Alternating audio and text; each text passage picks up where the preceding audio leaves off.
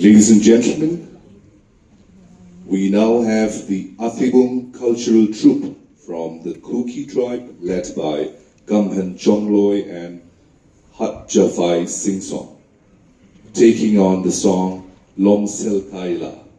Lom Selkai is the most fascinating event in the Kuki traditional village. It refers to robbing a mithun by Lom for Lom feast. This practice is also as old as Lom institution. With the concern of Hausa chief and his ministers, Lom holds its great feast. Lom Uppa, Lom elder and his co-leaders make an approach to the chief and with their consent make a declaration. A mithun is robbed and kept ready for the feast. It is adorned with women armlets, bracelets, ha, and chowjon placed on its horns. A patch of cotton is used to decorate its ears as if they are a pair of earrings. The mithun is then driven all around the village, singing songs and making noises in excitement. The song sung in the scene is known as Lom Selkai La. The scene signifies that Lom is merrymaking with the beast before slaughtering to appease it. Ladies and gentlemen, the Athibung Cultural Troupe.